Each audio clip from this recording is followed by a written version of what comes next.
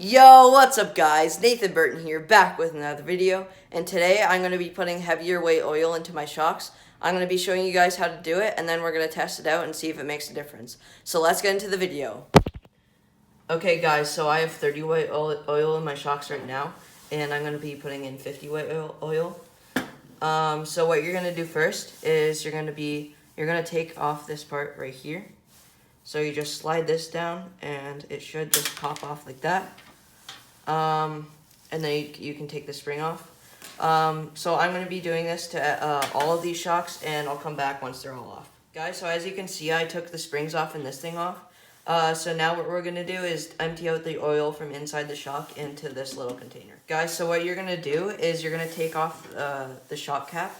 It's a bit hard to take off, so you might want to put like a little screwdriver through and then just twist around like that. Make sure you're holding it upwards so the oil doesn't all spill out. And then you're just going to want to dump it in here like that. And then just go like this. It should get it all out. And I'm just going to do this to all the shocks, and then I'll play back the video. Guys, so as you can see, there's a little black piece in your shock cap. You want to make sure you don't lose this piece because it's a pretty important piece. So you can just take it out of the shock cap, just like that, and then just put it somewhere where it won't get lost. And then after I'm done putting all the oil out of these shocks and taking out the little black piece in the shock cap, we're going to resume the video. Alright guys, so now what you're going to do is you're going to put the oil inside of the shock. Just like that. Make sure it doesn't overflow. Oh, and also make sure this thing is all the way down so you can get as much oil as you can inside. It's almost to the top now.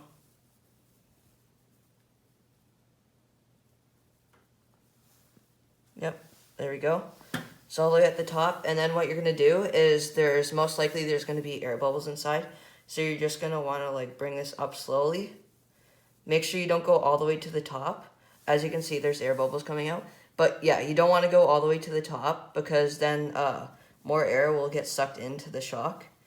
So maybe just do this for a few minutes. Make sure all the air is out of the shock. And once I'm done with all of the other shocks, then I'll resume filming. Guys, so I forgot to say this, but once you're done getting all the air bubbles out of the shock, there's going to be a bit less oil in there since all the air bubbles came out. So you can just put a bit more oil in there. And make sure once you're done, all the oil is right up to the top.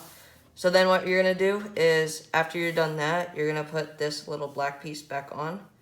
And then just screw the shock cap back on. Just like that. A bit of oil might spill out. You can just clean that up afterwards. But yeah, that's what you're going to do. Alright guys, this is what it should look like once you're done putting the shock cap on. A little bit of oil spilled out for me, so you might need to like clean it up with like a little paper towel. But yeah, that's what it should look like once it's done. I'm going to repeat the process for these three, and then we'll get back to filming. Guys, so now all you have to do is put the spring back on the shock. So what you're going to do is you're going to put this piece back on, like so. Then you're going to put the shock back on, just like that. You're going to want to push the spring back down, and then put that piece on just like that. And then after that, your shock is totally ready to go. I'm going to repeat the process for these three, and then I'm going to put them on my RC car, and then we're going to go outside and see if they really make a difference.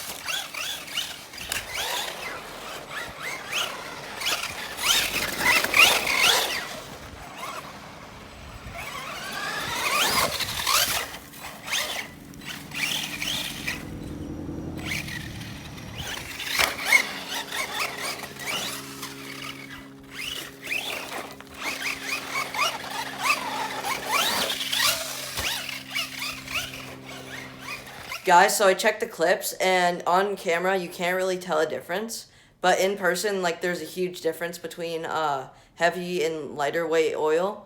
Yeah, so I really recommend you guys get it. The weight you should get for the Rustler 4x4, if you have it, it would be like 50 or 60. 40 and 30, I feel like it would be a bit too light. Like, even 50, it still hits the ground a bit.